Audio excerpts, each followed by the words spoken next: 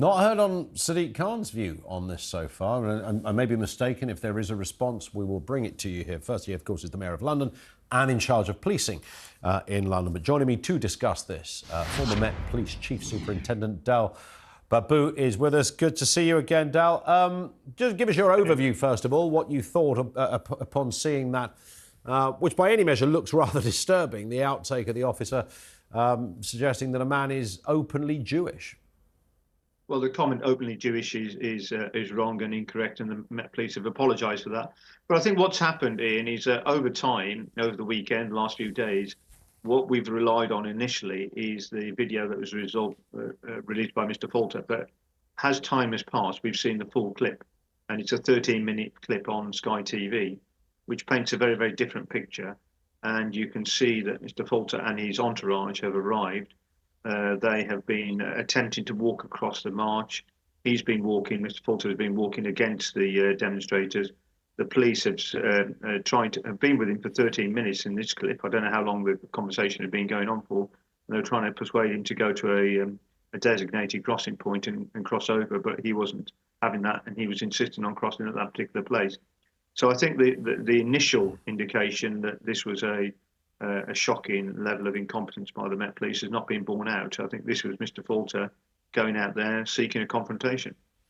I mean, was he seeking a confrontation, or was he seeking a right to almost demonstrate the nonsense of where we're at, where a British person who happens to be Jewish cannot cross a road because of a protest? And to some people, that's a very uncomfortable position to find ourselves in, Dal. Well, he was allowed to cross, but Ian, if you go out on a demonstration and you've got a demonstration going on, it's not unreasonable to say that there's a crossing point. You know, every now and then demonstrations are stopped, people can cross over, but he wasn't interested in doing that. The police officer spent 13 minutes on there, and I would urge anybody who hasn't done so to see the Sky clipping, and it gives you a very, very different indication to what Mr Falter is suggesting. So the officer's language is unfortunate, Dal. He should have said, look, you're clearly Jewish, and therefore that's going to be inflammatory, and my job is to stop an inflammatory situation.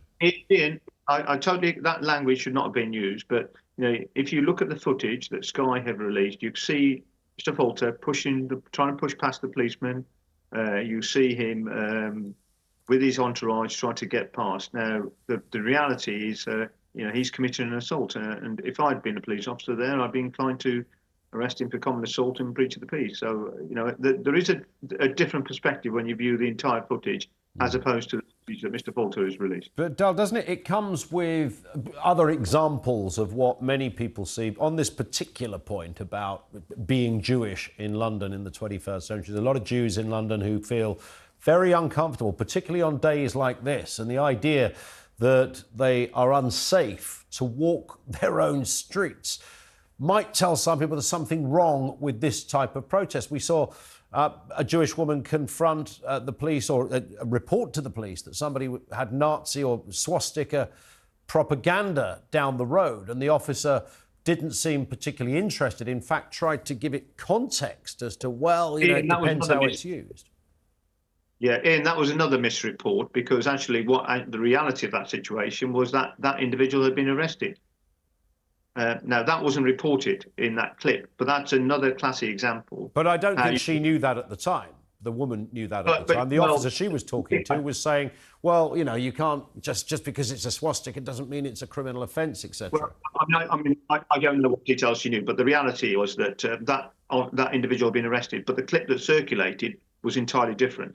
So I think what we've got to do is make sure that we have full scrutiny of these comments. And that is a classic example, that comment you made, where a police officer was made to look very foolish. The reality was, what was missing from that clip was the fact that the culprit had been arrested. I'm not sure the officer knew that either, though, at the time. But that's another story. I guess the wider issue around all of this, Dal, and different parties, different groups will have different views on the police. I'm sure if you spoke to quite a lot of Palestinian protesters, they would tell stories of how they felt they'd not been allowed to protest in certain places and their voice wasn't being heard, etc. I do get that, you know, confirmation bias is a very powerful thing, etc.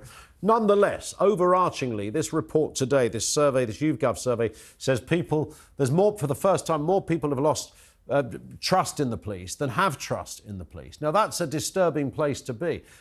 It wasn't exactly decades ago you left the job, as it were, Dal. You were a very respected, very senior officer. Something's changed since your days, though. Yeah, no, absolutely. I think when you see what's happening, it's very, very worrying. And when I see it, and I talk to colleagues who've left, colleagues who are in the organisation, they're distraught about the way the police are perceived, and it's going to take time. It's going to take time to rebuild that trust that you're talking about, because that trust isn't just a handful of people. It's a vast majority of people struggle to trust the police. Why do you think that is? I mean, are we in a kind of... I mean, there is such a thing as that sort of tipping point thing where if you asked a lot of those people, why don't you trust the police? They might not have a tangible answer. They've just got a sort of a sense, a feel. Huge cutbacks in policing. So we lost 20,000 police officers, 18,000 police staff. 25% of the police have got less than 5 years experience. So there's a lot of inexperience. So all of that will take time to rectify. And I think that's what we've got to be looking at is, you know, I think we've got to be patient and wait for those police officers to get that experience so we can start rebuilding that trust. Do you think when it comes to the Metropolitan Police, I know this only is a London question, but it happens to be the biggest force in the UK. I think I'm right in saying the biggest police force. Right. 30% of the entire police service. Indeed, biggest police force in Western Europe as well, I think. Yeah. It's absolutely vast, and there is, and you'll be aware of this for years, people have said, well, it needs to be broken down a bit. Is that, do you think, more relevant today than ever? Well, I think the question has been asked more than ever before. I think, you know, to London, I think it can work, but it needs resources. It needs the right people. I think Mark Rowley is doing a good job. He was left with quite a difficult situation, and I think we have to give him the opportunity to turn it around.